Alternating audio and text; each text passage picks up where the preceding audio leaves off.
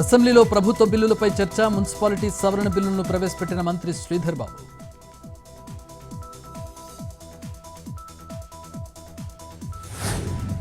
రేపు అసెంబ్లీని బహిష్కరించాలని బీఆర్ఎస్ నిర్ణయం. ఇవాళ మాట్లాడే అవకాశం ఇవ్వలేదంటూ నేతల ఆందోళన. సభ నుంచి గన్ పార్క్ వరకు వెళ్లి ఆందోళన.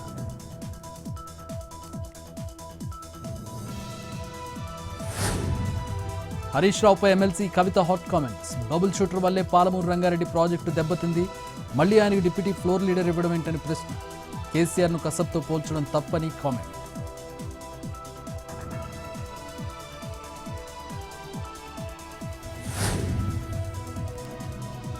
ఫిబ్రవరి 2న ఏపీకి కాంగ్రెస్ అగ్రనేతలు. అనంతపురం జిల్లా బండ్లపల్లిలో సోనియా, రాహుల్ ఖర్గే పర్యటన. మహాత్మాగాంధీ ఉపాధి హామీ పథకం రద్దుకు వ్యతిరేకంగా నిరసన.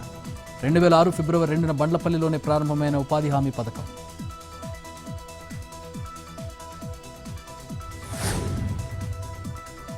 అమరావతిలో అందుబాటులోకి వచ్చిన మరో సీడ్ యాక్సెస్ రోడ్. విజయవాడ నుంచి అమరావతికి వెళ్లేందుకు కరకట్టపై తగ్గిన దూరం.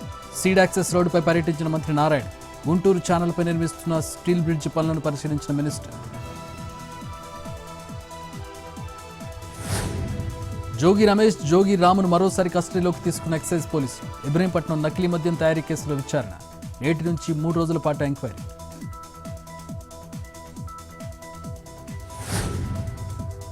ఏపీ లిక్కర్ కేసులో నిందితులకు రిమాండ్ పొడిగింపు. ఈ నెల 16 వరకు పొడిగించిన విజయవాడ ఏసీబీ కోర్టు.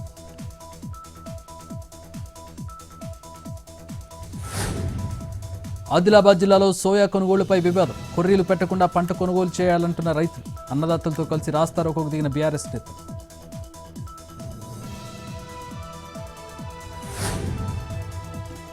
శ్రీ సత్యసాయి జిల్లా కదిరిలో గంజాయి బ్యాచ్కు స్పెషల్ ట్రీట్మెంట్. మత్తుమందు విక్రయిస్తున్న 4 అరెస్ట్. రోడ్డుపై నడిపిస్తూ పోలీస్ స్టేషన్కు నిందితుల తరలింపు.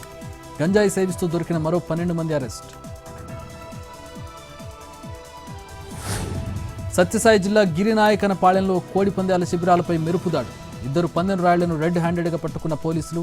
పరారీలో మరో 4. 4 బైకులు, 3 పందెం కోళ్లు స్వాధీనం.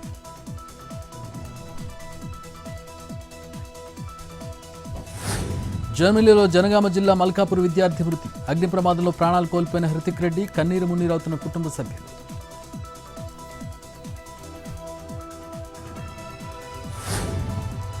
లోక్సభ ఎన్నికలు 2024పై కర్ణాటక ప్రభుత్వ సర్వే. ఈవీఎంలపై నమ్మకం ఉందన్న 83% ఓటర్లు. ఎన్నికల ప్రక్రియపై ప్రజల నమ్మకానికి ఇది ఉదాహరణ అంటున్న బీజేపీ.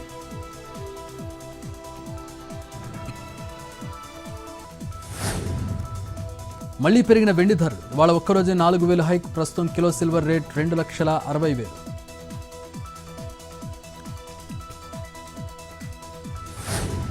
తిరుమల శ్రీవారికి భారీగా పెరిగిన హుండీ ఆదాయం. 2025లో 1,383 కోట్ల ఇన్కమ్. స్వామివారిని దర్శించుకున్న 2,61,00,000 మంది.